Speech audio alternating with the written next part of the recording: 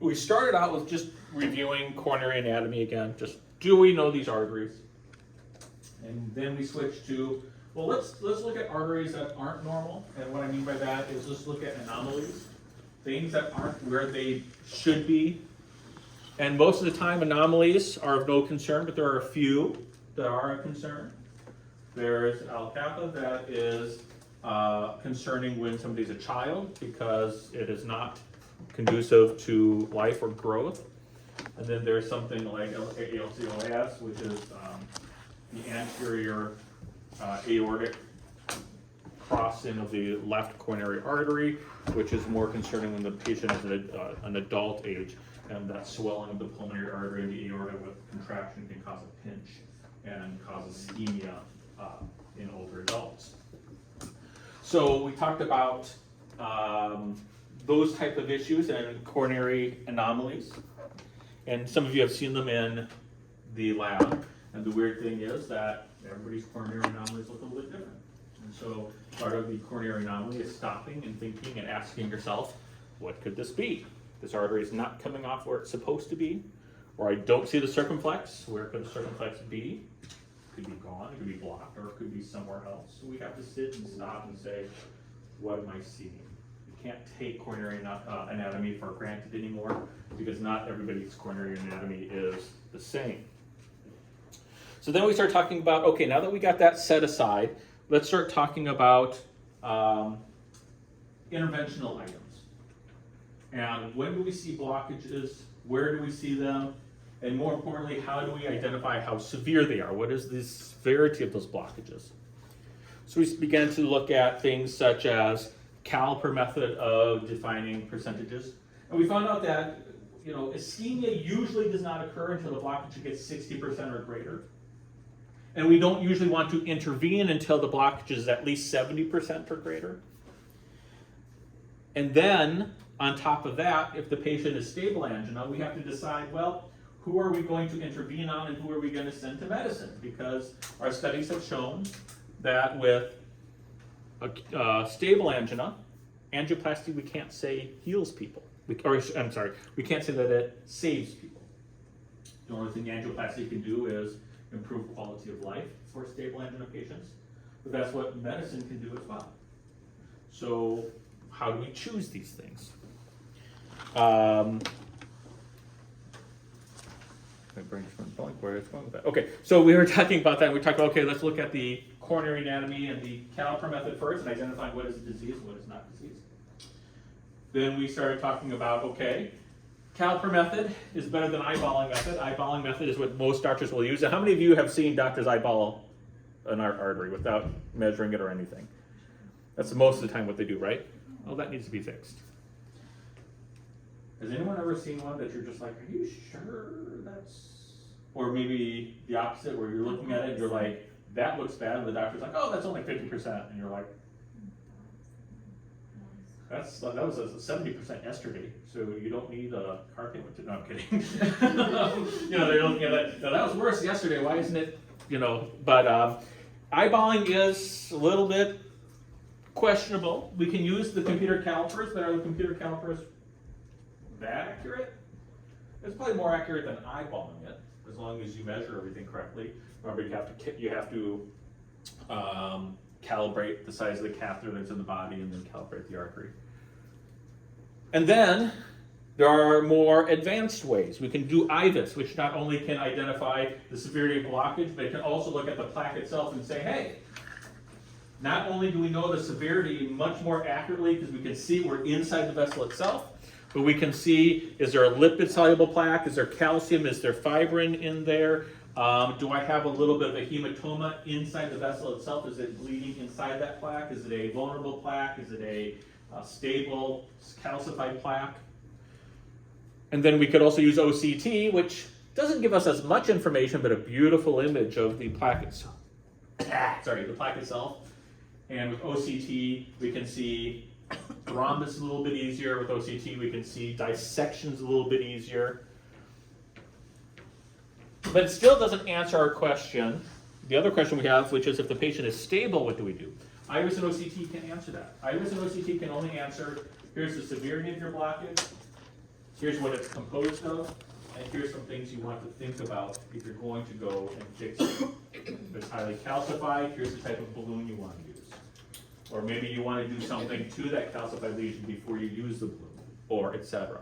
But it can't identify who is and who is not to get an angioplasty. So then we have FFR, and FFR is beautiful because FFR tells us the physiology of the plaque. It tells us how much of an effect on the flow does this plaque have. So before this, we've been looking at the plaque and just trying to decide how serious is this plaque. Now, with FFR, we're looking at, well, how does this plaque affect the flow of blood to the heart? Normal blood vessels, the pressure pushing and the flow pushing from the aorta down the artery is exactly the same. Pressure drops after a blockage, which means flow drops after a blockage. And by looking at FFR, we can measure that flow, we can measure that transition of pressure. And we're able to identify whether we should fix something or not. With FFR, if it's anything below 80, if IFR, it's anything below 89. That's right. Okay. And so we now have a way to determine whether we should fix it or not, especially with patients who are stable.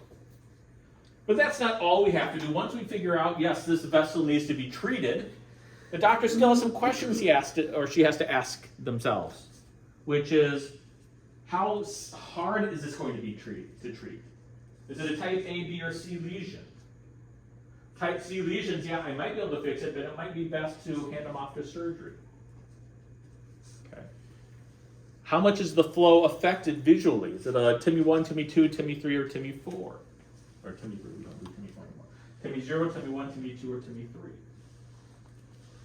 0 means totally occluded, 1 means the contrast never really reaches the capillaries. TIMI 2 says, well, the contrast reaches the capillaries, but all the other arteries flow faster than this one does. TIMI 3 is like, that's normal. Flow is the same through this blocked artery, this unblocked artery. What do I do with that? And we, of course, the idea of that is we always want everybody to be TIMI 3 after we treat it. So we got done with all of that, and then we said, okay, let's treat this patient. Well, the first treatment we talked about was bypass surgery. That's the oldest treatment out there. For the longest time, until the 1970s, the only way to treat a blocked artery was the bypass surgery. And we talked about the surgeon's role. We don't do bypasses. We follow up on bypass patients, but we don't do bypasses. But we have to understand what the surgeon does in bypass so that we can do our job. And the surgeon can use several different types of bypasses. Most common, saphenous vein grafts, still to this day. We can't use artificial grafts. We can use artificial grafts on the femoral artery, on the aorta, but we can't use artificial grafts for the coronaries because they're too small and blood will clot. So we have to use natural vessels. So we use saphenous vein grafts, not because it's the best, but because we have this long graft that we can chop up into smaller pieces and bypass multiple vessels. We can use the internal mammary arteries, which is beautiful because they're arteries. They're used to this rough and tumble flow of blood. And we don't have to detach at 2 positions. We only have to make one anastomosis or one attached site. Or we can use a free artery, like the radial artery, to make attachments. But we have to understand the rules of how attachments are made. How do I know if something is an internal mammary? How do I know if something is a free arterial or a vein graft? How do I know where they're located? Hopefully they put vessel loops in. Has anyone seen a patient without vessel loops yet for a bypass? I saw a radial loop. A radial loop? No, I meant for the bypass surgery where they don't put the openings where, good. So the surgeons down here seem to like to put markers where the grafts are coming out. That's good, because when they don't, it's a nightmare. Because you're trying to hunt and find where is this artery really at.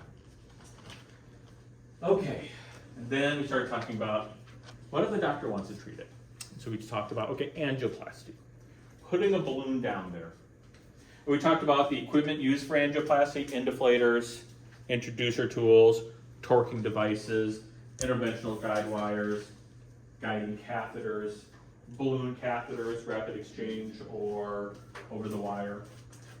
Interventional wires, is it a standard, is it a floppy, is it an intermediate, is it a super stiff? And then balloon material, is it a compliant balloon material, non-compliant, semi-compliant?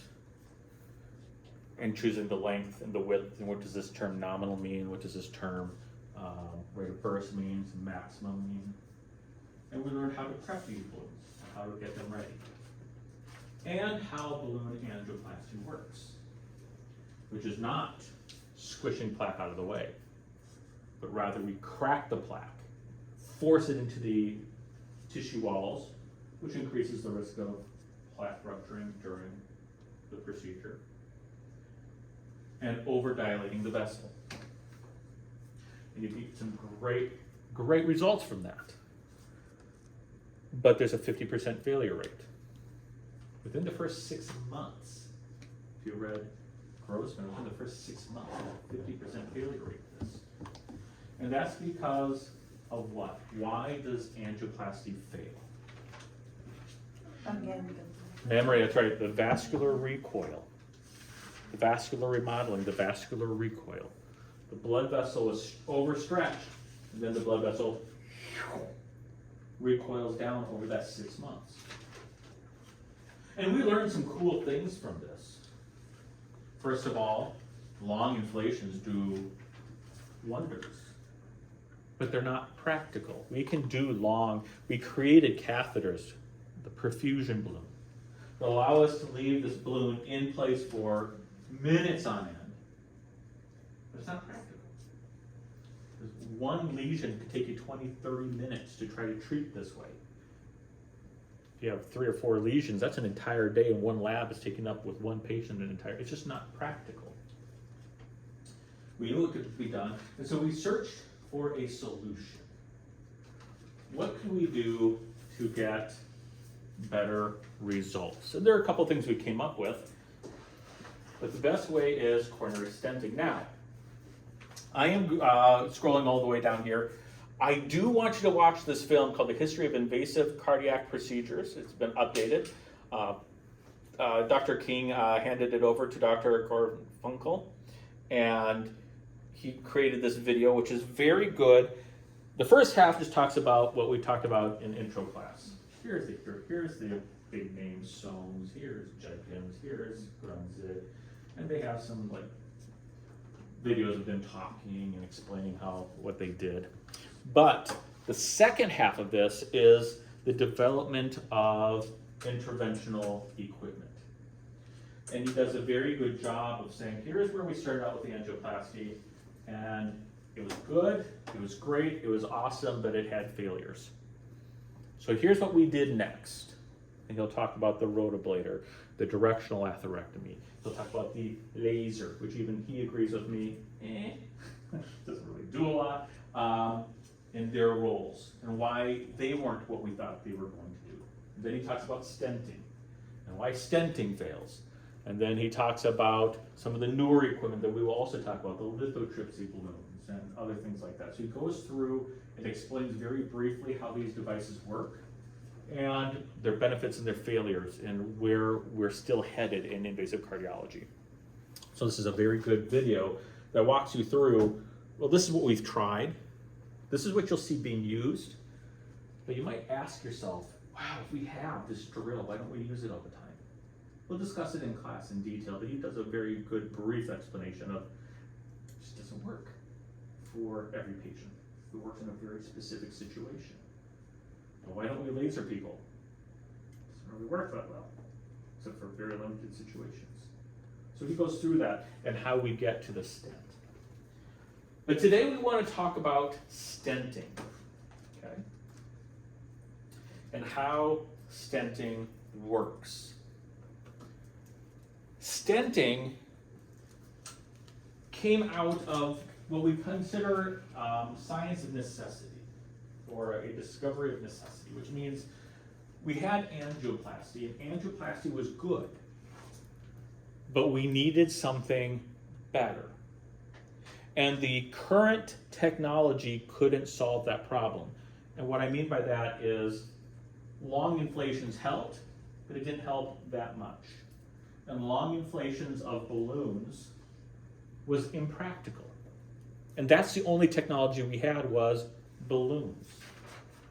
And we came out with atherectomy devices, which is the next section that we'll get into, drills and lasers and things like that. But they didn't work as we wanted them to. So out of necessity, we had to put our heads together and say, well, how are we going to solve this problem? And the idea came about the stent. Now, oddly enough, the idea of stenting has been around for a very long time in the cardiovascular world.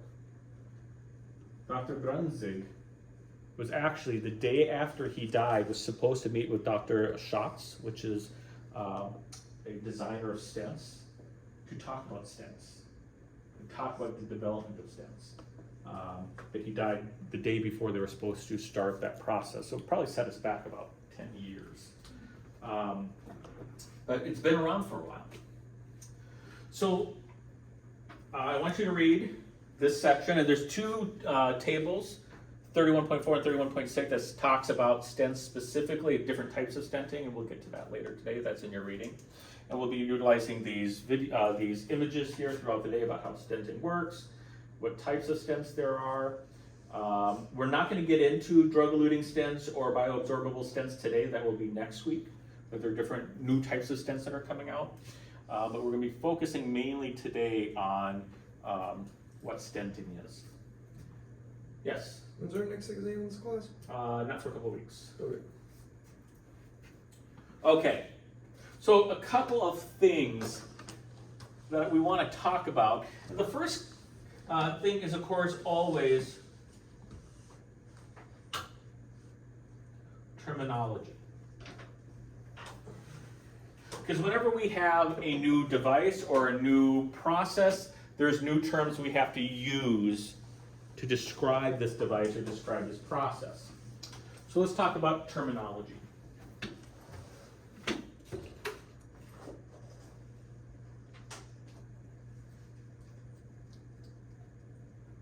Does anyone wonder where the word stent comes from?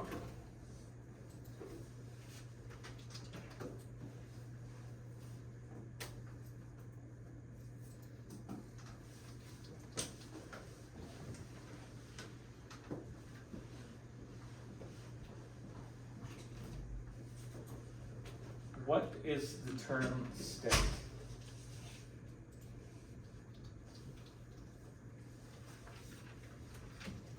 Do you think we created it in cardiology, that word? No. No. A stent is a device to keep something open. But it didn't originate in medicine.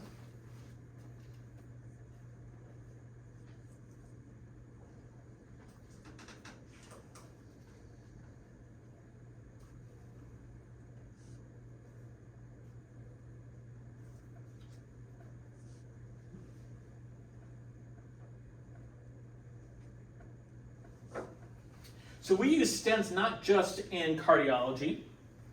You can have a urinary stent. If you've ever had somebody who's had kidney stones, like myself, they are miserable. This is the closest thing a man can come to giving birth, because they're very, very incredibly painful.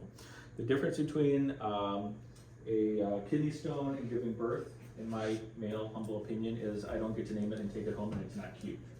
Okay, it hurts really bad. But if you have a lot of kidney stones, what they can do is they can put a stent into your ureter, and it overexpands the ureter to allow the stones to pass easier through your system. Okay? No, they can remove those. Okay, because it doesn't grow into it. They'll remove those. So there's a lot of types of stents, but this is actually named after Charles Thomas Stent. Really? Yeah. That's funny.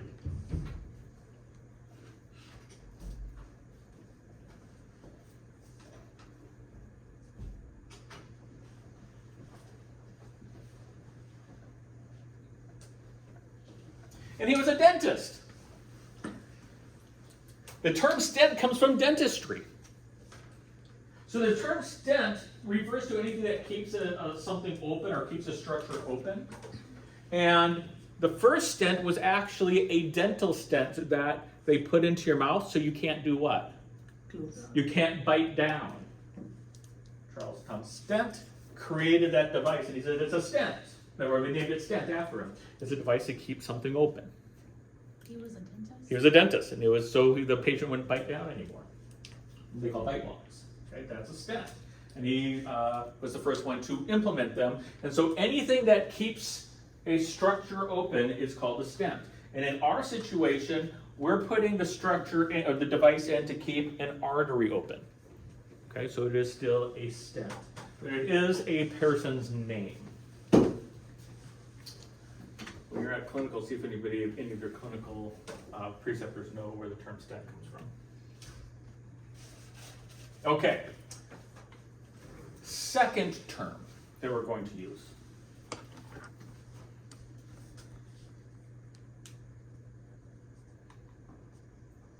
Strut.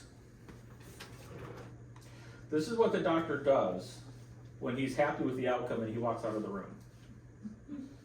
He struts. I'm cool, right? That's what it means? Yeah. What's that? Mic drop, yeah. Mic drop, struts out. No, that's not what strut means. Okay. A strut is defined as a brace. In a stent, what this means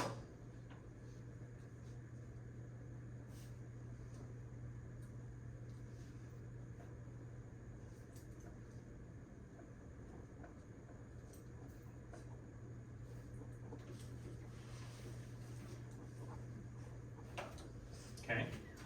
So in a stent, as the strut, the brace is the metal bands that form the stent. So when we talk about a strut, we're talking about these metal bands that actually form the stent. These are struts. Okay. The crowns actually. The what? The crowns that we see. The metal part. This is the strut. The struts are the metal bands that form the stent. Okay. These are what breaks the artery open. Those metal bars are what holds the artery open, braces the artery open. And strut formation becomes very, very important. You'll hear stents and product reps talk about their stent struts and the strut formation and the strut structure and the strut thickness. And what they're talking about is those braces, those metal bands that make up the stent. That is the strut. So here, all of this metal here, these crisscrossing metals are the struts. Okay. Does that make sense?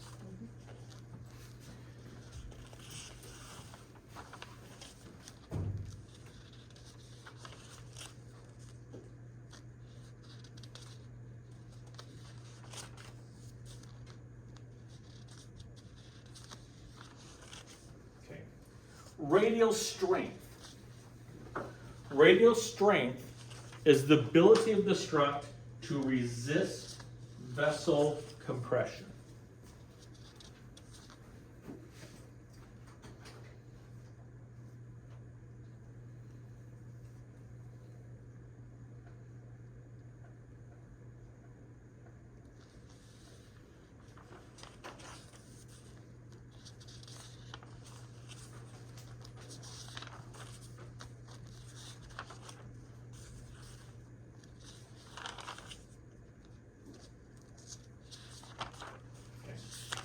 Radial strength is the ability of the strut to resist arterial constriction. Remember, the reason we use a stent is because angioplasty fails what percentage of the time? 50. 50% of the time. So we put a strut in, or excuse me, we put a stent in to stop that failure. The number one cause of failure is what? Vascular recoil, vascular remodeling, vascular recoil, where the artery tries to constrict back down. And radial strength is the ability of the stent to resist that. If you have a weak radial strength, When the artery starts to constrict, guess what will happen to the stent? It will crush. It'll be crushed. Okay? So you'll hear them talk about radial strength. Radial strength, by the way, is dependent on strut thickness.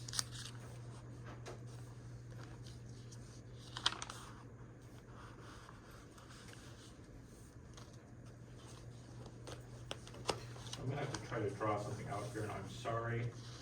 You know my artwork sucks.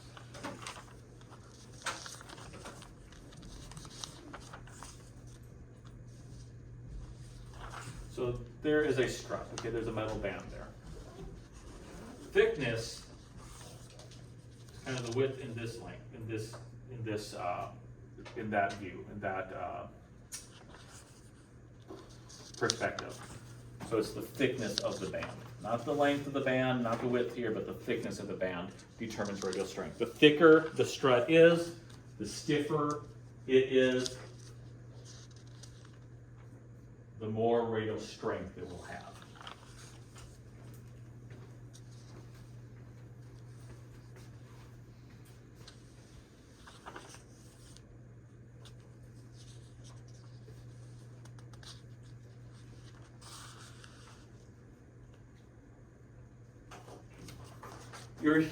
You'll hear doctors and company reps talk about scaffolding.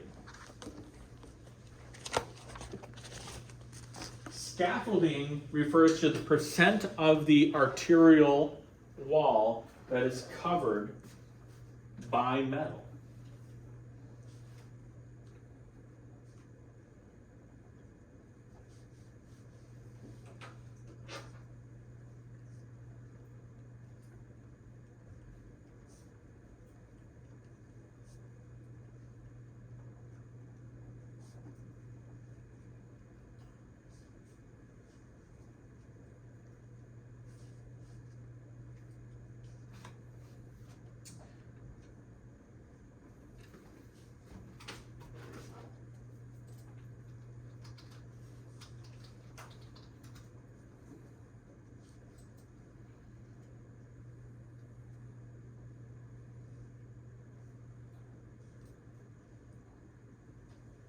I'm trying to find a good picture of scaffolding. It's one of those things that I can try to draw it, it's not going to be pretty.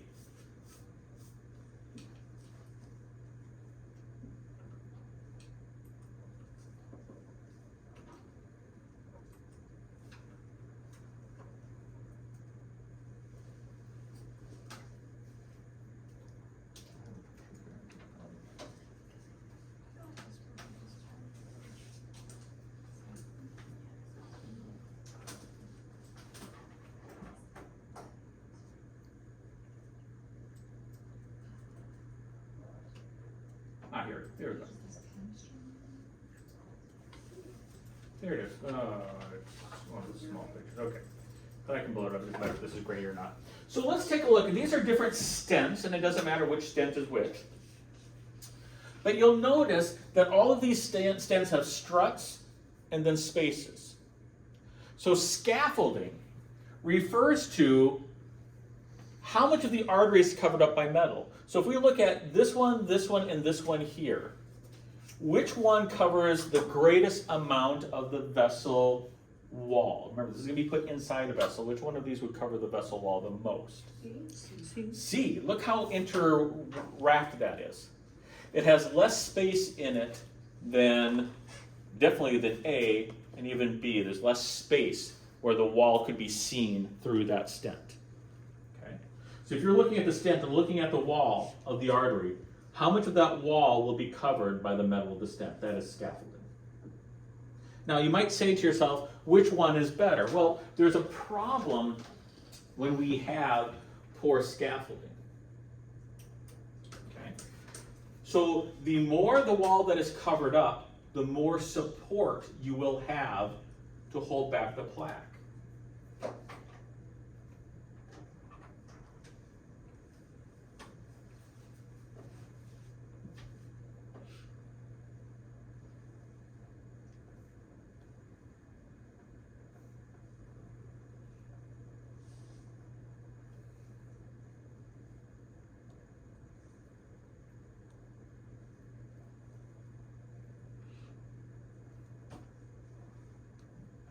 Okay? More scaffolding means less open wall segments. And you might say to yourself, well, okay, but why does that really matter? And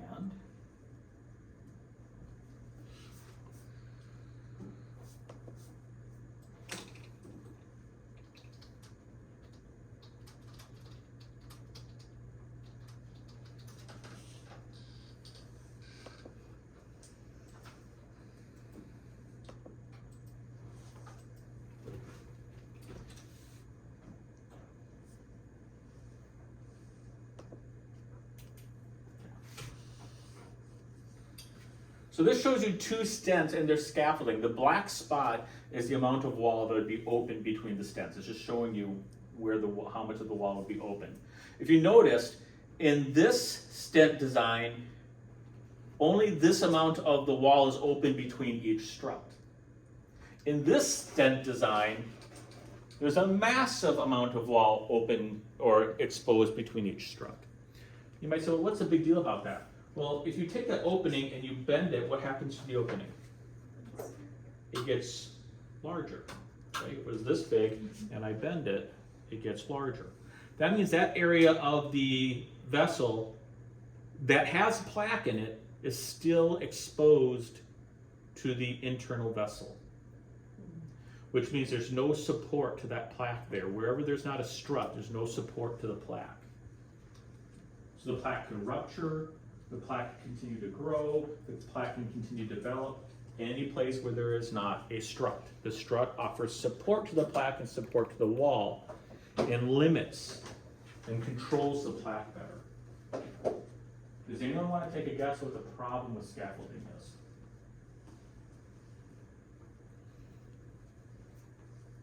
I think the more you have, maybe the more possibility of a clot. Kind of, not always, but kind of. That's one consideration. But there's actually a practical situation here. Which one do you think bends easier? The open one does, because there's more space for it to flex. The closed stem, there's not as many places for it to flex, so it doesn't bend as well. Which one do you think is easier to deploy? The open one. So the question then comes, if I have great scaffolding, what happens to my ability to get it into place? It's harder. I can have less scaffolding, makes it easier to get into place, but what happens to long-term outcomes? Goes down. Goes down. So the question is, which one do you want? Okay. Scaffolding.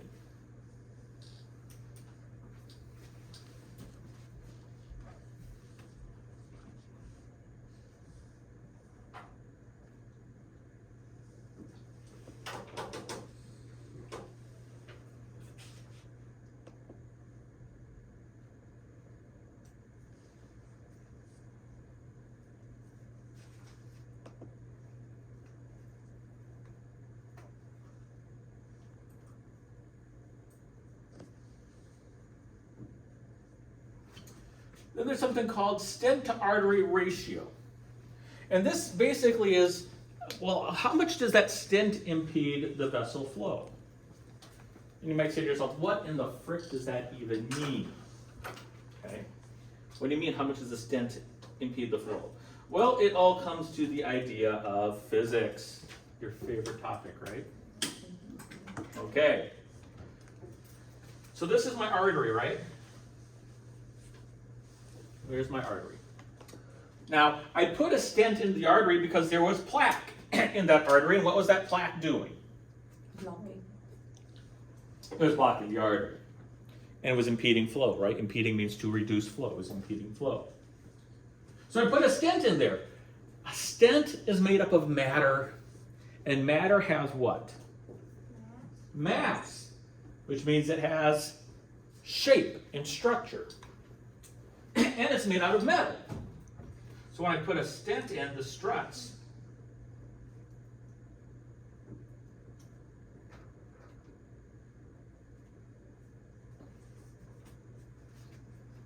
the struts take up space. So the question is, could I possibly put a stent into an artery that actually is as bad as a plaque? Yes. So we want a stent to artery ratio that is very low. We want less stent and more arterial lumen. Okay? Basically, this is just saying how much lumen space do you have left. Which is also why you don't want to stent too small of a vessel. This is why we use the balloon before that though, so we can allow. Usually we can. But even with that,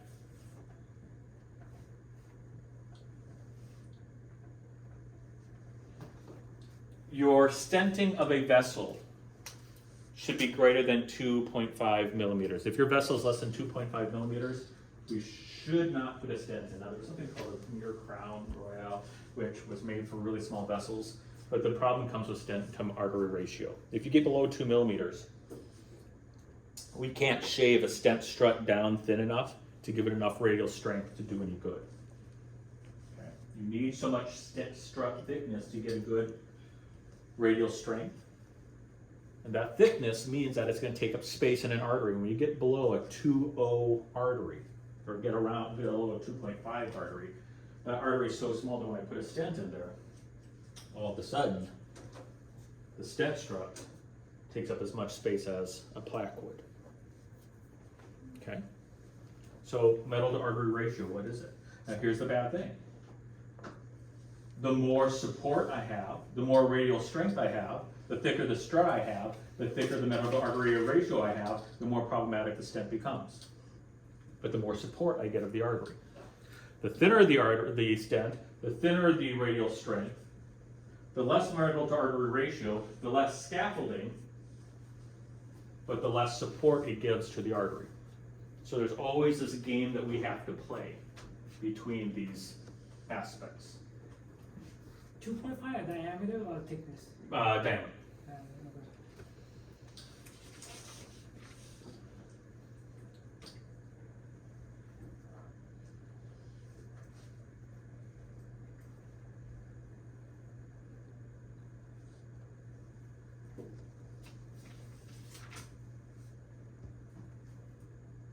A cell is the space between struts. And I showed you that picture already. So when we talk about cells, the cell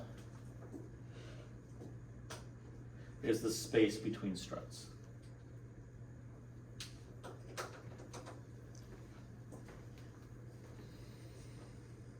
Okay. There's two cell designs, and you see them both up here. There's open cell design and closed cell design. Closed cell design means that the struts are interconnected and leave very small controlled spaces, and all the spaces are equally exactly the same. So if you notice that all of these spaces are exactly the same, and the cells are very, very limited in organization. They're very, very small. Open cell design means that several struts are not attached to each other. I could make this a closed cell design by drawing a line here. If I drew a line straight across here and straight across here, I could section out each of these different segments into smaller segments. But you'll notice there's these big spaces where there's no struts. There's no struts connecting to each other.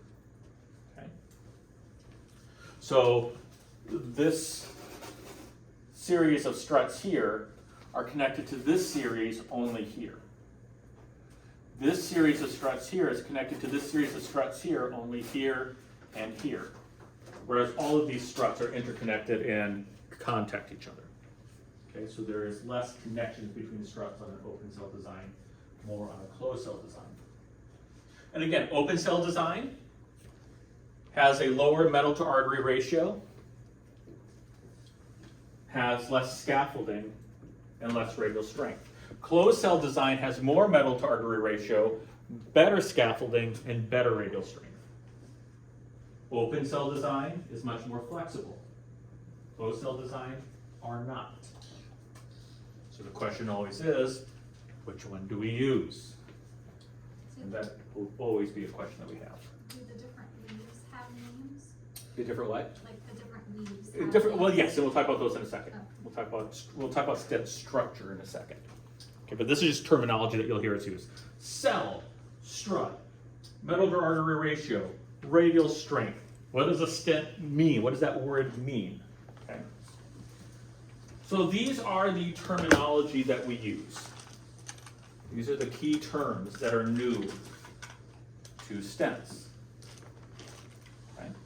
You said that a closed cell has a low metal to artery. Has a high metal, open style has low metal to artery ratio, and the open style has lower radial strength, and the open cell has more flexibility, whereas a closed cell design has higher metal to artery ratio, higher radial strength, and lower flexibility.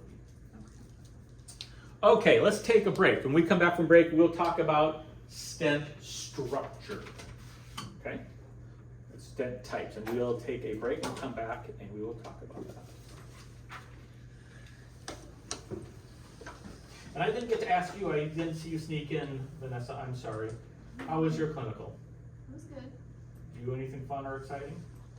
I showed you yesterday with the dilated aorta. It was really cool. It was like a split aorta valve. Very cool. And then they also did that Ergonovian? test.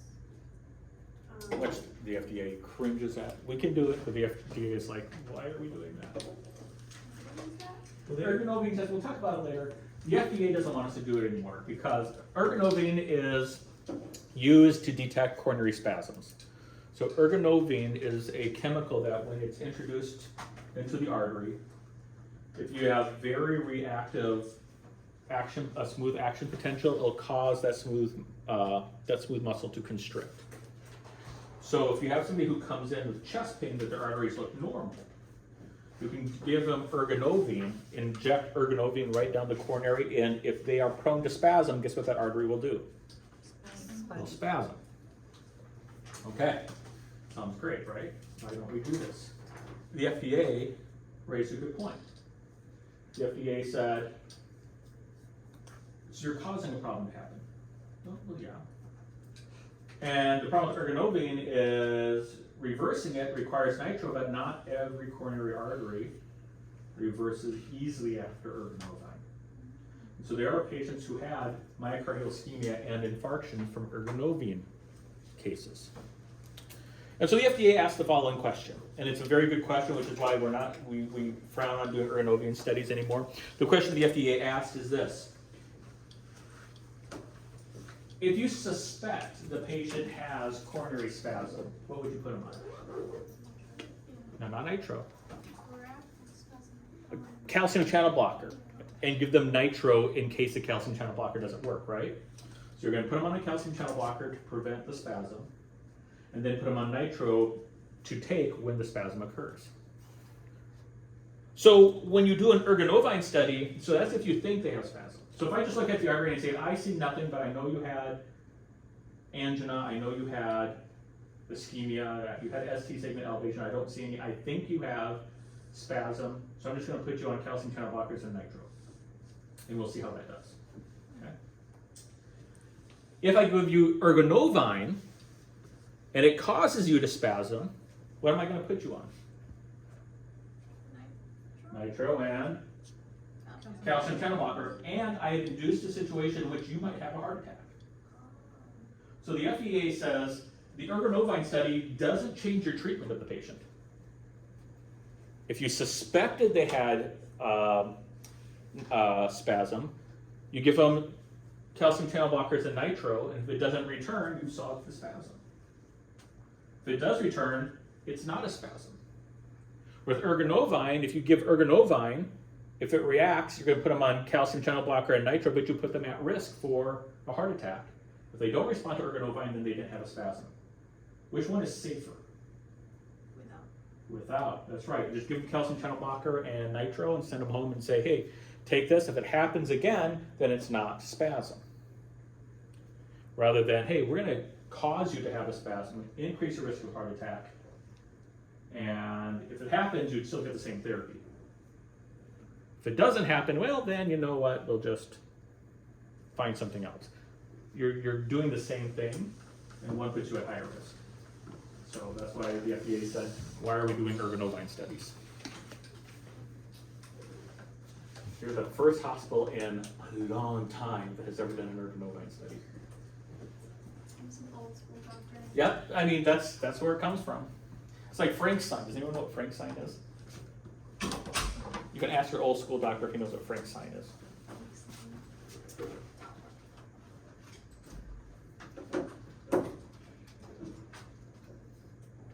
Has anyone ever heard of Frankenstein? It was an old, it's kind of coming back, and I don't know why, but they did a study and they were trying to figure out, well, how can we identify externally who's at risk for a myocardial infarction? Before we get CT scans and all this stuff. We're trying to figure out what can we see on a patient that could indicate that you might have blockages in your arteries. And one of the things that they had found is people with coronary artery disease have significant creases in their earlobes. And that's called a Frank sign. Dr. Frank came up with that. Significant creases in your earlobe was found in patients with severe coronary artery disease. And they said, there's gotta be a link. Well, correlation does not mean causation. If you think about it, when do you start forming earlobe creases? When you're older. Who are more likely to have coronary artery disease?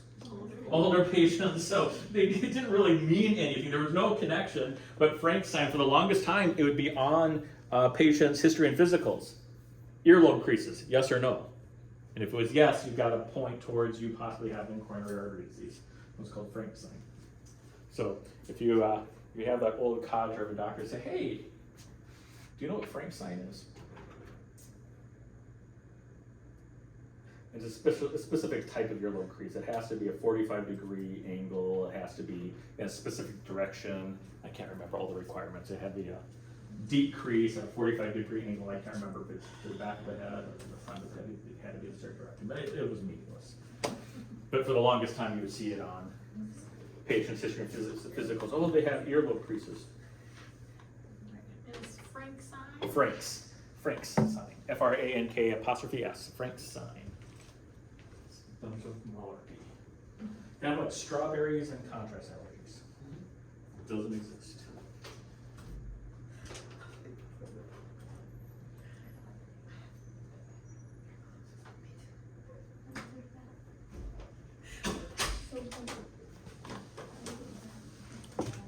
Just looked on last semester. There's the same picture that was used in the test yesterday for a picture of whatever the arteries. And the same thing, except for I changed one, and now it's showing that it's wrong. What was the name of the med? Ergo what? And I even took a picture of it to show him because So we don't have an exam in this test, in this class next week? I'm wrong on this one, that's sick, actually. it's so confusing. I don't know what the hell.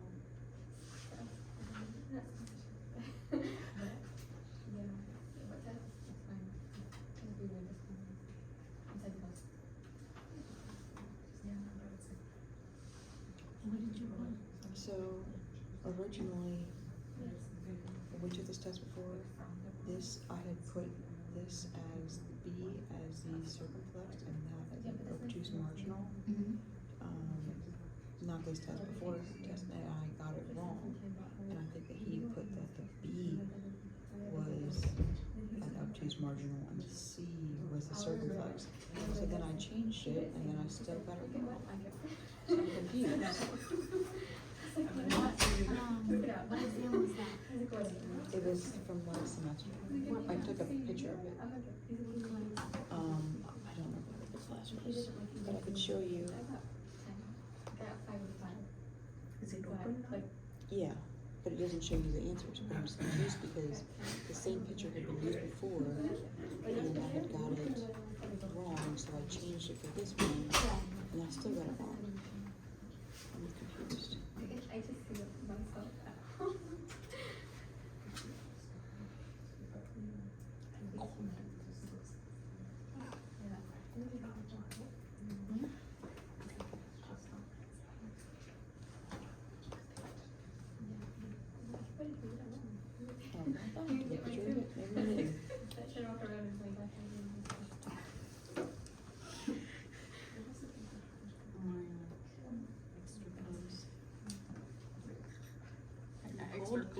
underneath it. And I don't have a jacket. I put one down.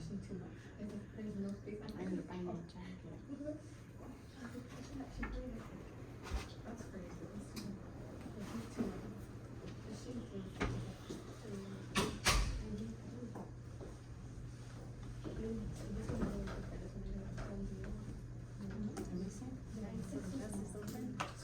Yeah, but it doesn't show you what the correct answers are, so I can't even tell you what I did wrong. But I thought I had corrected it because I've seen the same image before, but I still got it wrong. So I'm not sure really where I went wrong.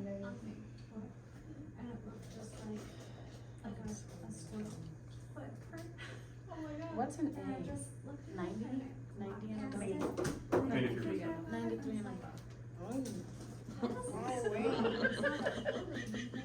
What was that? She's like, oh. I'm so far away.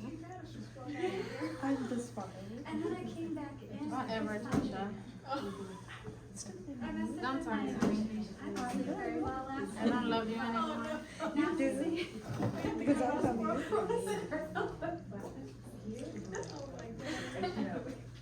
So how do I know what I got wrong? You don't. In the evening, it's going to open up and open it. Oh, it tells you what I got wrong right here. Like, the, no wait, that's right. So mine is right. And I think it's right. Mine is right. Well, Yeah. Blizzard's not. And, True cat. and last semester I put the You two. The minute you see the. No. Me, I No. have put Only thing to I know, bring me choose is and I like got it wrong. sometimes if So we this like one's drop starts the, somehow he I'd gets say a hold no of the, picture. and then this one I also got it wrong. And I did that, I had gotten something wrong, so I changed it, and then I still got it wrong, so. Oh, that happened to me with this one. I have put that was the RC, the right ventricle, and no, the right ventricle last semester. So this time I put that's the RC, that's the right ventricle. Right. Oh my god. Oh, yeah. I have put it, and then I put I had that. put that, it was a PDA before, and I And for changed it some to the reason, posterior it's lateral. my cat's favorite thing because So I got it. they like the same things that your cat does too, but the springs What? are like all Oh, over my house.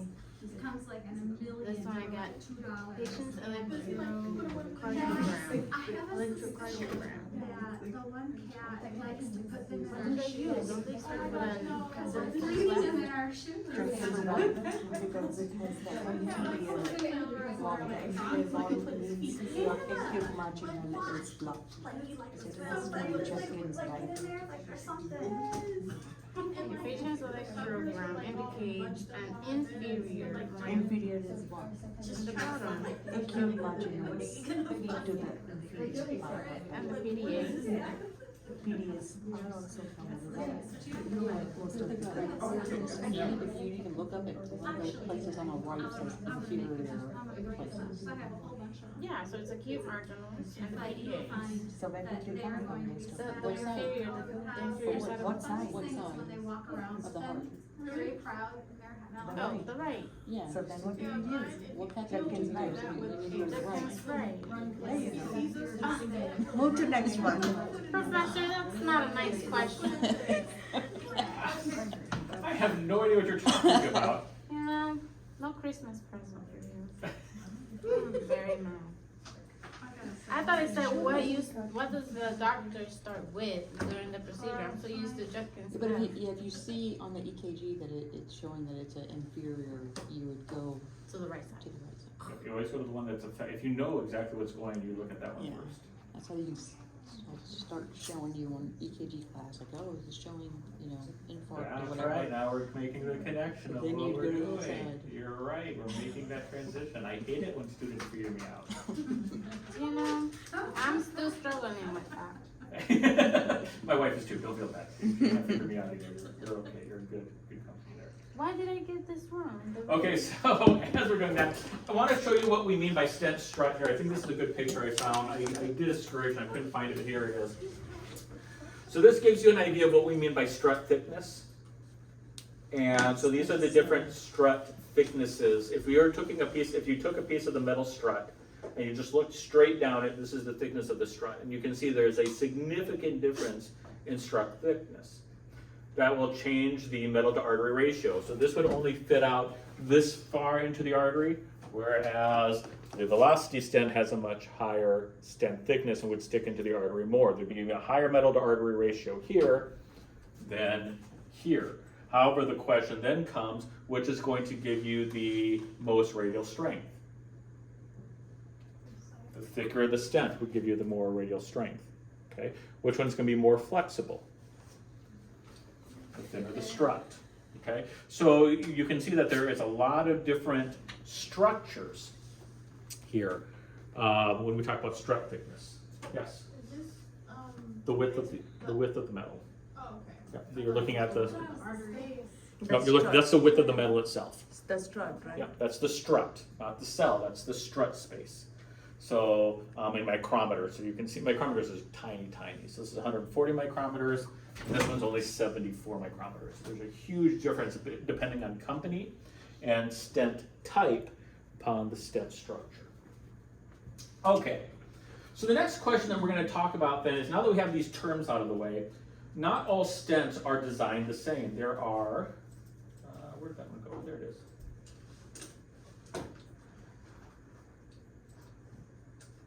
Tons of different stent shapes. Okay? There's tons of different stent shapes. They're all a little bit different. And so we have several classes of stent design. Okay? So the first thing that we're going to be, one of the stent designs is an open or closed cell design. And you can see that this is what type of cell design? Close. Closed. Very good. What type of cell design is this? Open. Open. Very good. And here you can see the problem with open cell designs. What happens on a curve? That's They widen on a curve. So that's an open cell design.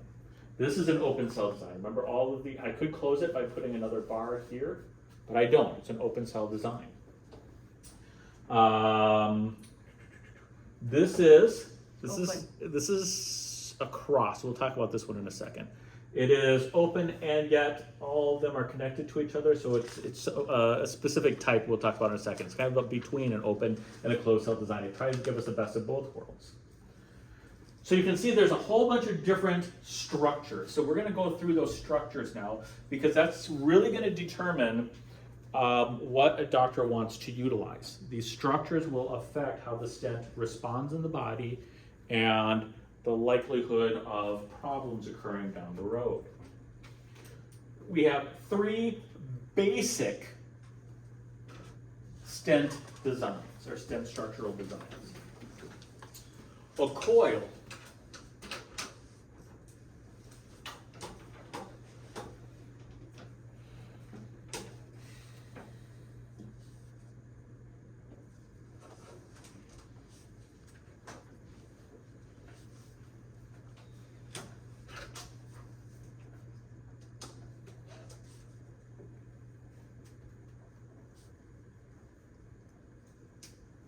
Okay.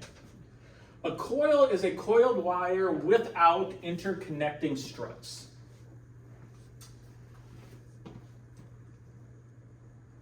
Oops.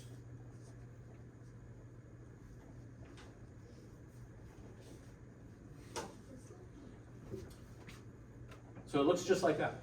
It's just a coiled wire. How many of you, does anyone have a clicker pen? I don't have a clicker pen, I don't think. I've got a clicker pen with me. Yeah. Can I borrow? Can I Sure. destroy it for a second? Okay. Go for it. This is a coil stent. It's basically a spring. It has no interconnecting struts between the coils. It is just a coil. Did that size actually fit? No. Oh, okay. Well, actually, that's about a fully dilated. That's about a 3/0. That is what we call a coil design. Now, the beautiful thing about coil designs is they're very flexible. Since there's no interconnecting strut, they can go around a curve. What do you think is the bad thing about the coil design? They're flat open. It's not supported. The scaffolding is very, very poor. There was only one coil that was actually ever on the market. I don't think, it's not on the market in the US anymore, I know that. It was called the Victor stent. And it was kind of funny because it was used a lot in Europe. It was a cheap stent. It was easily to deploy. It was very flexible, so it was cheap and easily deployed. And so I knew doctors that were they're like, oh, I can't wait for this to get into the US. It didn't work so well. It didn't support the arteries. It had a high failure rate post-implant. Are we gonna need to know that name? No, I'm just putting it in there. That's the only one that was ever made. It's the Victor stent. The problem with the coil stent is as it goes around curves, there's nothing holding those coils together, so you have these huge gaps in the arterial wall where the plaque could impose into the vascular space. So it was problematic. The other problem that we had was freshly implanted stents are fragile. We'll talk about this a little bit more next week. But freshly implanted stents are just metal sitting in an artery. And over time, what happens is your artery will actually grow around that stent and it becomes part of your wall structure. The stent, your artery will grow around that stent and seal it in place. But this is just a coil. And so we had a couple of cases in which this coil was inside the artery. We had a coil inside an artery. So here's the coil inside my artery, holding that artery open. And we found out, hey, there's a plaque down here that we missed. Okay? We didn't quite cover the entire plaque. So there's a portion of the plaque that we missed here. So what are we going to have to do? We're going to have to put a balloon through that stent to get into that plaque, right? Well, what would happen is the balloon would catch one of these struts and start to drag the strut. And what would happen to that wire? What happens when you pull a spring? It loses its coils, and now what you have floating in your artery is basically a straight wire as it was pulled apart by the balloon. That's a bad situation. Really scary situation. 2 times I saw it happen, we had to send the patient to surgery urgently, where they had to go in and open up the artery and remove, and do a bypass. The good news is they had a bypass done. But they also had to go in and remove that stent that we had stretched out inside the coronary. Okay? So coil stents, they had their field day in the early days of stenting, and then people realized, this is a really bad design. But at the time, the only other thing we had was a slotted tube. And a slotted tube is exactly what it sounds like. By the way, this is the Victor stent over here. It's just a coil. That's all it is. You notice there's no interlocking connections. It's just a coil. Okay?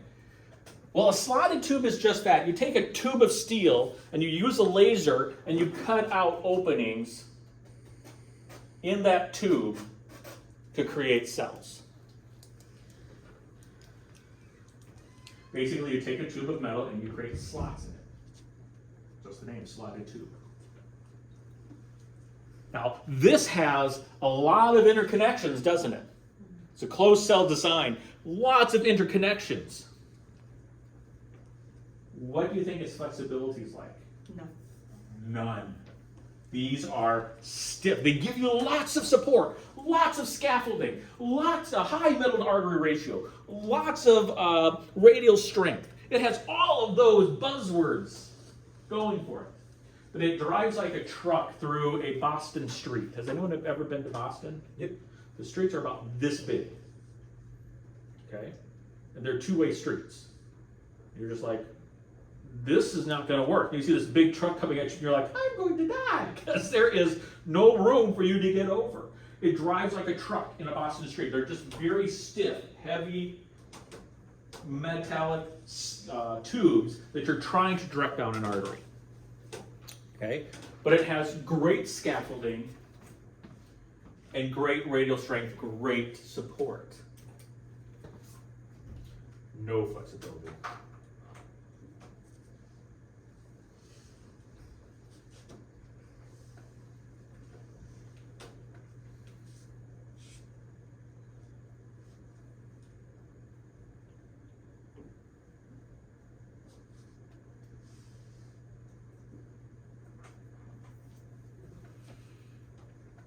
With the coil and the slotted tube, when they're being deployed, are they coming out in the shape they're No. going to be in? No.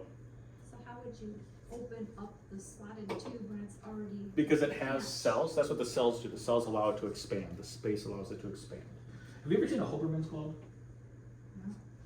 I bet you have. You were an educator. Right? I can guarantee you've seen a Hoberman's globe.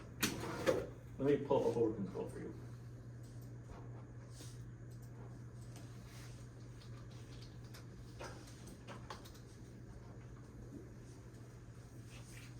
Oh, I think I know what you're saying. The toy. Yes. It opens up, yeah. This toy. I'm just going to Amazon and pull it up.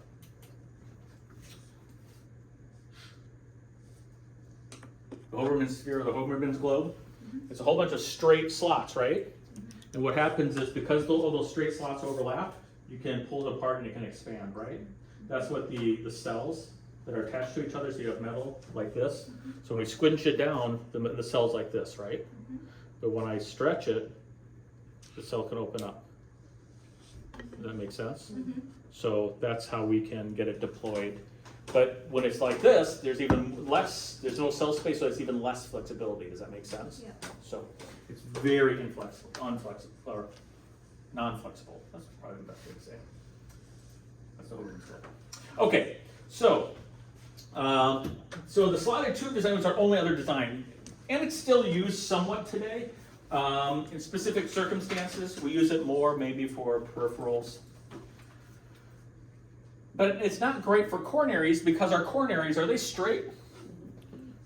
They have a lot of tortuosity, don't they? And they're very, very small, so trying to drive this truck down that coronary artery, they're very hard to be deployed. So they're what we call the deployability, or their ability to be deployed, very low.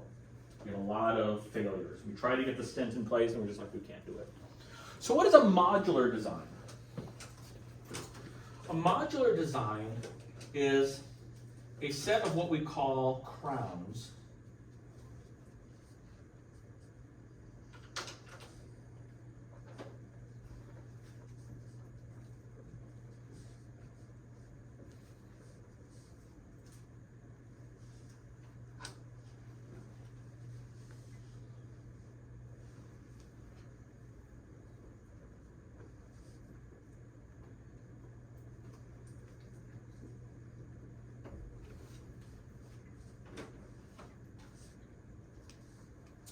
It is a set of crowns or metal rings connected by flex struts. So what does that mean? It's easier to show you a picture than to try to draw it out. Okay? It's easier to show you a picture than to try to draw it out. I'll let you catch up with writing that.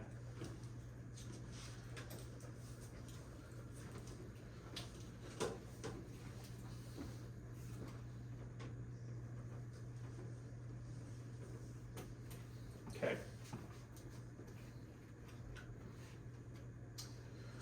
This is a modular. So we have this crown here, this metal ring here, that is pretty stiff and pretty uniform. And the two crowns are connected by what we call these flex struts. Your struts are kind of in wavy lines. And what do those wavy lines allow the struts to do? Stretch. It's a combination. It's a combination, as much as we can, between a coil, because a coil is just a circle, right? And a slotted tube has connections. So here I have individual circles, like we would see in a coil, connected by these, rather than being hard and solid struts, they have these things called flex struts that are designed to stretch and expand with the stent. Almost all the stents today are what design? Almost all of them are modular. And then you have to just ask yourself, what type of modular do I want? This is a closed cell modular. This is a open cell modular. It just depends on how many flex struts you have. You can't really see it, so here's a flex strut here. So it depends on how many flex struts you have. Okay, so this one has a flex strut here and here. This is an open cell modular. You can see how big these cells are. This is a closed cell modular. Okay, so modular just has these expanding points that allow the stent to expand and have a little bit of flexibility. It gives a little bit of both. So what is a combination between coil and what? It's a combination between our coil and our slotted tube. Because the coils are just rings with no connections. A slotted tube is just solid connections. So a coil has, or excuse me, a modular has rings with that are connected, but the connections aren't solid, they are flex connections. And so it gives us flexibility. Does this offer as much support as a slotted tube does? No. No. Does this offer us as much radial strength as a slotted tube does? Because these are weaker. I mean, if you look at the thickness of that strut and the thickness of this strut, this isn't as strong. However, does this allow us more flexibility than a slotted tube does? Yes. Yes. Now, does this offer us more or less scaffolding than a coil? More, because I have these spaces in a coil that don't have anything, I have connections. Do I have more or less radial strength than a coil? More. More. Do I have more or less flexibility than a coil? Less. Less. So it's a way to try to marry the two together as best as we can. And you might say, well, why would I choose a closed or an open cell design? Which one of these do you think is more flexible, the closed cell design or the open cell design? Open cell. So then the next question is, well, how flexible of a modular stent do you need? Okay. There's also another thing that has us question open or closed cell design, but we're not ready for that yet. Okay, there's another thing that we have to consider between the closed and open cell design, but we're not ready for that yet.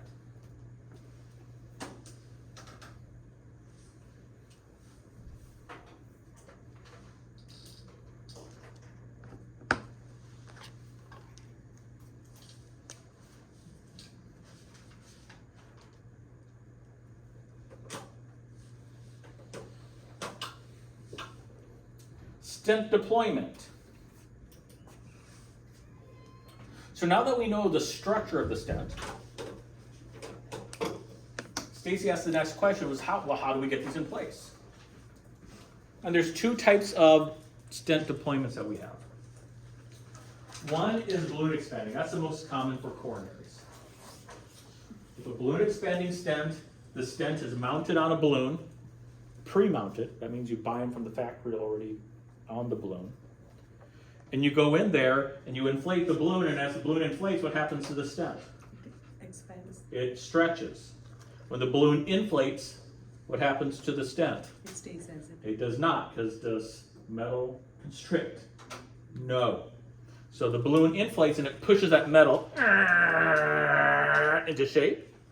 And then when the balloon deflates, the metal stays in the shape that the balloon inflated it to. That's the most common way in the corner where you're shaking your head no for. You only get one shot with that. You get one shot. You can't take it back. Once you start to deploy it, you're dedicated. Which is why, even when we just did an angioplasty, what did I always do before I told you to inflate it? I always did something. I always asked everybody. We agree. Measure the vessel. Do you agree? Well, after that, right before I inflated the balloon, I was doing something. Inflate the balloon. Before I did it. Take a picture and decide what. If the placement is. Yes, if you notice, before I inflated the balloon, what did I say? Do you think this is in the right place? Because if it's a balloon, no big deal. I can just replace the balloon. But if it's a stent, if I'm not in the right place, what did I just do? I deployed it, and it's called a miss. And that means I didn't cover the blockage. That's bad. That's bad. I have to put in a second stent, which increases problems, etc.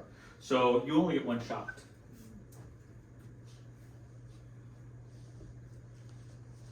Shouldn't you also test the balloon before you insert No. it? No. Because if you test the balloon, you inflate the stent. No, before you. The stent comes on the balloon, so you can't. All you can do is prep the balloon. You don't ever test a balloon. Even an angioplasty balloon, you never test an angioplasty balloon. Because the angioplasty balloon has to stay tight around the artery. Because if you test the balloon, when you deflate the balloon again, does it ever go back to its original shape? Nope, and so you can't get it past the lesion. So you never test a balloon, an angioplasty balloon outside of the body. Right heart balloons, yes, but not an angioplasty balloon. Never, never, never. Okay, then there's something called self-expanding. We're going to get to that in a second. A self-expanding is not on a balloon. A self-expanding, I have a picture of self-expanding here.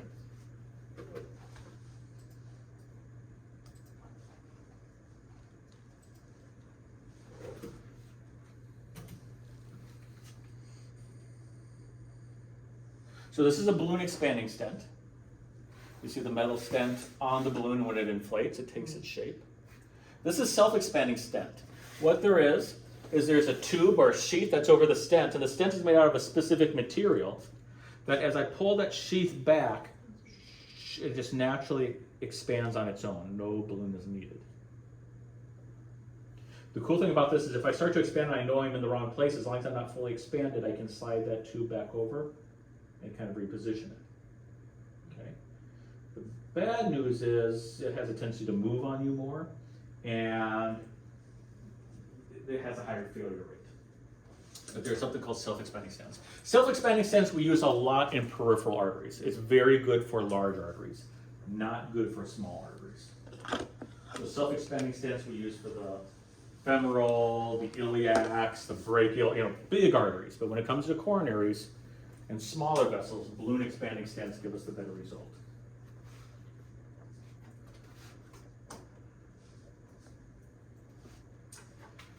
The third thing, so we have structure, coil, modular, slotted tube.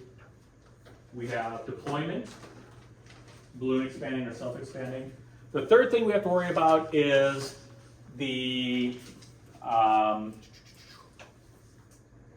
structure or the metal that is used.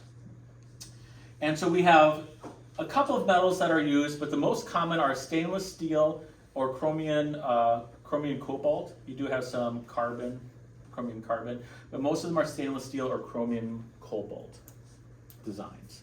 That's the metal that is used. Stainless steel, chromium cobalt are the metals. There's nitinol stent. There's going to be there's tantalum stents, but those are the most common. Stainless steel Device. and chromium Cobalt. cobalt. Yep.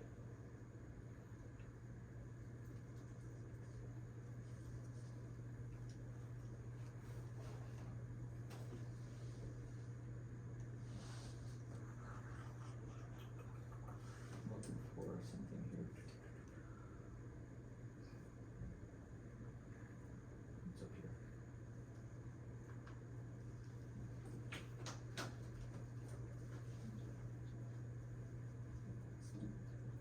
We used to try to, we actually had a stent that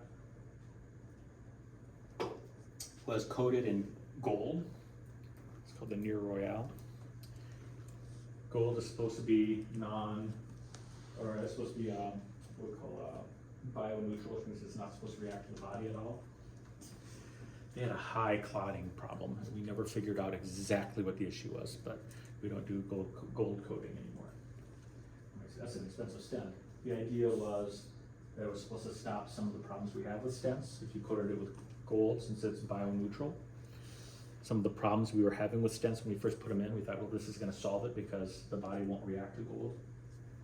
We did weird things. And we're like, we're not going to do that anymore. We're not going to do that anymore.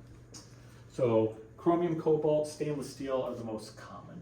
Some of them have a carbon coating over them, but most of them are chromium, cobalt, or stainless steel. There is another metal that is used. And that is nitinol. So balloon expanding stents are stainless steel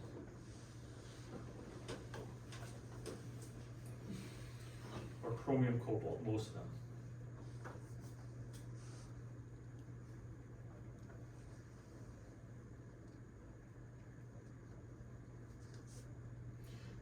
There are a couple of companies that are playing around with titanium or titanium mix. Like it's called tantalum. It's a titanium and steel mix. Some of them have that. It's kind of expensive. But with self-expanding stents, we have two. We can use stainless steel.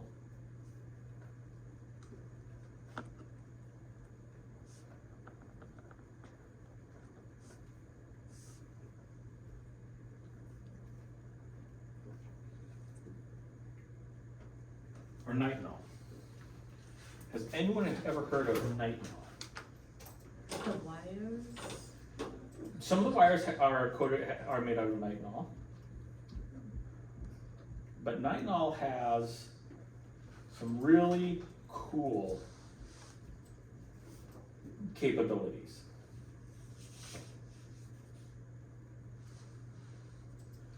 This is the video I want.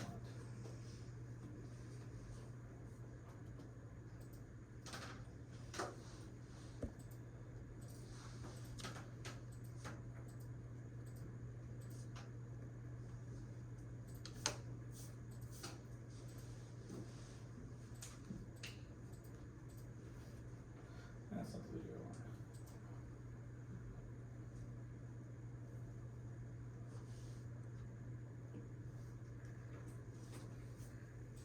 So nitinol is a very cool metal that has something called shape memory. Which means when it's forged and put together, it retains and has a memory of a shape. And you can compress that shape and change it, but when you release it, it takes that shape again. I'm trying to find. Here we go. So nitinol actually was originally created by the United States government for military uses.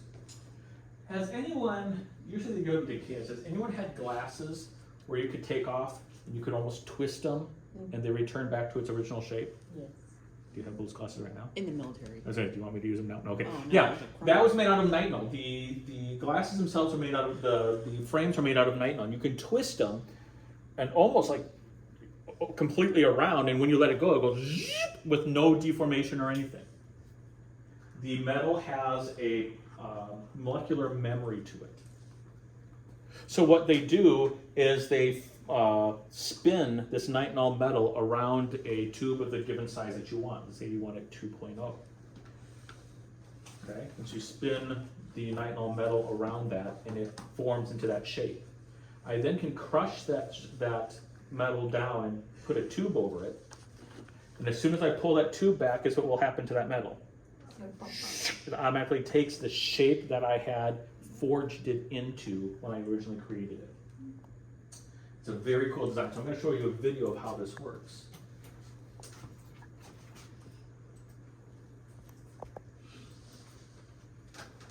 This is the Atlas aortic. This is again, we usually use nitinol type stents for the abdomen. And as you see, as we push this forward and back, we deploy the stent. The stent slides out from the tube itself. Let's go back and play that. So these stents aren't used in our arteries, they're used They can be used in coronaries.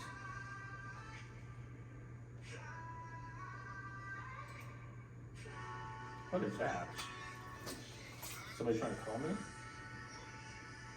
Oh, Siri's being needy. Very interesting ringtone. No, it's my Siri. I don't even have that in my thing. Siri's being needy. Says, I found this music. I have no idea. It's called Wake Up. Siri, what was that? Oh, is that what it is? Siri is needy. So I'm just going to put her right there. Okay. So they push it forward. First, I was like, ooh, that's cool. So it pushes forward and backwards, and it will take the shape and decrease it and take its shape. We can use it in the coronaries, but it hasn't been effective in the coronaries. I think it's too flexible.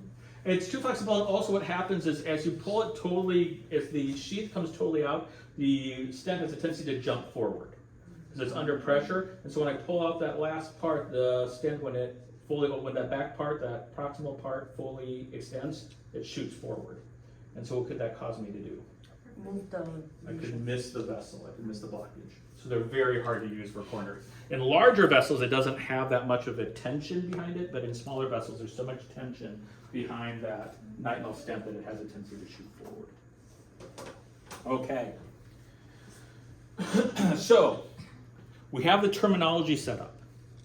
We have the design set up. We have the material set up.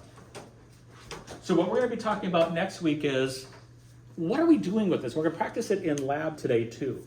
We're going to put the stent in place to hold the artery open. Remember, by itself, angioplasty has a 50%, between 30 and 50, but about 50% failure rate within 6 months because of vascular recoil, vascular remodeling. And the idea of a stent is to put a metal mesh in there so that when the artery tries to collapse back down, this metal mesh resists it with radial strength, stopping the artery from collapsing. That is our goal here. And we can implant it by a balloon, and we can implant it self-expanding. Most of the time we use balloon expanding. And we don't even have to angioplasty first anymore. There's something called direct stenting, which most of the doctors will do. They won't ask for a balloon and then a stent. They'll just say, give me a stent. And they'll go in there with the stent right away. They can balloon first, but they don't have to, depending on how comfortable they feel that this artery is going to work for them. Sounds like a panacea, right? We've solved all of our problems. We put this metal stent in, the radial strength holds us up, the artery won't recoil anymore. We solved all the world's problems, right? 50% of our patients came back because of vascular recoil, and now we have a device that goes in there that prevents vascular recoil. Life is good. Would you agree? No. No. Every time we create something, we create more problems. And we have two big problems that we came up against that we never expected. One, acute thrombus formation. We have metal in the body. We have a foreign object in the body. In the bloodstream. You think your body's gonna like that? No. When the metal penetrates into the tissue, guess what it does to that tissue? Cancer. It injures it. And what does injured vessels cause blood to do? Clot. Clot. So we don't have to worry about vascular recoil anymore. We have to worry about Clotting. sudden clotting. Within about 3 days, they'd be totally occluded. And then if they survive that, we had this weird condition that within 12 months, we started to see these patients come back with a very strange problem that we had never encountered before. Because every time we do something, we find new issues. And we'll talk about that next week and why stents fail. The stent wasn't the solution to all of our problems. It was a step in the right direction. But now we have new problems that we have to solve, and we'll solve those next week. Sound good? Okay. I will see you all downstairs where we're going to be implanting stents as teams. Sound good? Okay. I'll see you downstairs. So we won't find out right now what happens after. No! I wanna, It's a cliffhanger, right? but All next week good we shows are have a not, cliffhanger. next week we don't have school. Oh, that's fair. We'll follow. Wait, next week we don't have school? That's right, because it's we have the No. there's a day off. It's Tuesday, not Wednesday? Mhm. It's Tuesday. Did I say Wednesday before? Yes. You asked me last week. Last week was a bad week for me. Last week was a bad week. But yeah, it is Tuesday, not Wednesday.